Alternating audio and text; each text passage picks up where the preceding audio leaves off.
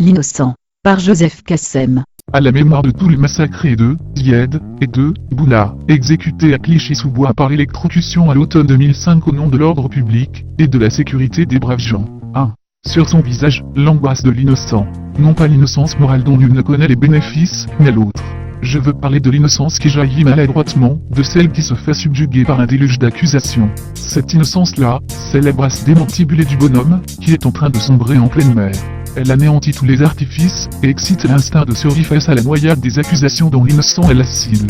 L'innocence dont il est question, c'est une stupéfaction, c'est la stupéfaction qu'un autre puisse vous imaginer, vous dénoncer et vous penser comme criminel.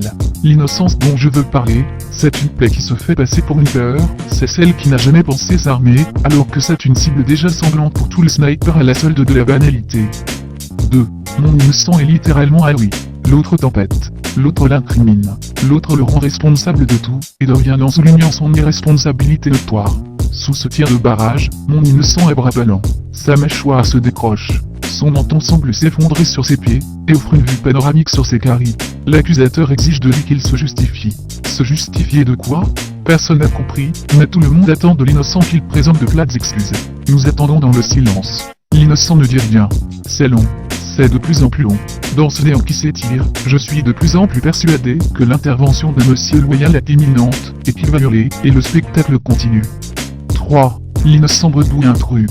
Le public est captivé, suspendu à ses lèvres. Malheureusement, il ne fait que bredouiller. Pire, il bredouille un truc. Incompréhensible et encombré par le moindre atome de son corps, l'innocent finit par se jeter dans le piège en tentant de répondre aux accusations. Il s'empêtre. Il s'exprime mal. Il est inaudible.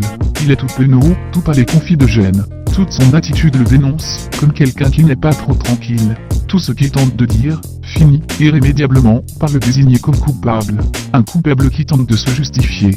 Un innocent qui tente de se déculpabiliser. C'est du pareil ou même pour le public. 4. L'accusateur est un bien meilleur acteur. Lui. Personne ne se choisit innocent ou coupable. Par contre, être un accusateur c'est un choix, une volonté parfois même, un métier. L'innocent se fait tronçonner la parole.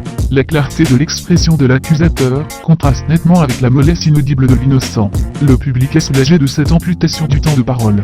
L'accusateur s'agite. Il hurle. Il se pousse. Et l'autre se tait. Sans l'accusateur, c'est certain, nous nous ferions chier. L'accusateur n'est pas là pour faire la conversation ou faire jaillir la vérité. Il est là pour une seule raison, gagner. L'accusateur, c'est un winner. C'est un battant. Lui, c'est génétiquement programmé dans ceux de sa race. Il faut écraser l'autre pour se hisser soi-même jusqu'au plus haut sommet. Pour lui, il est vital de réduire en charpie les bredouillants, les assistés, les ratés, les arabes, les putes, les losers, les marginaux. Tout accusateur est pathologiquement inquiet envers tout, ce qui diffère de son mode de vie, de son aspect et ne partage pas ses idéaux.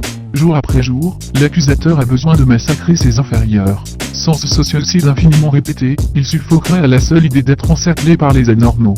5. Quant à mon innocent, il étouffe déjà. Lui, il est accablé de reproches, mais bien plus encore par son encombrante innocence. Il est écrasé par sa sincérité naïve, qui ne comprend absolument rien à ce qui lui arrive. Il est broyé par ses propres efforts à s'expliquer sur tout et sur chaque chose.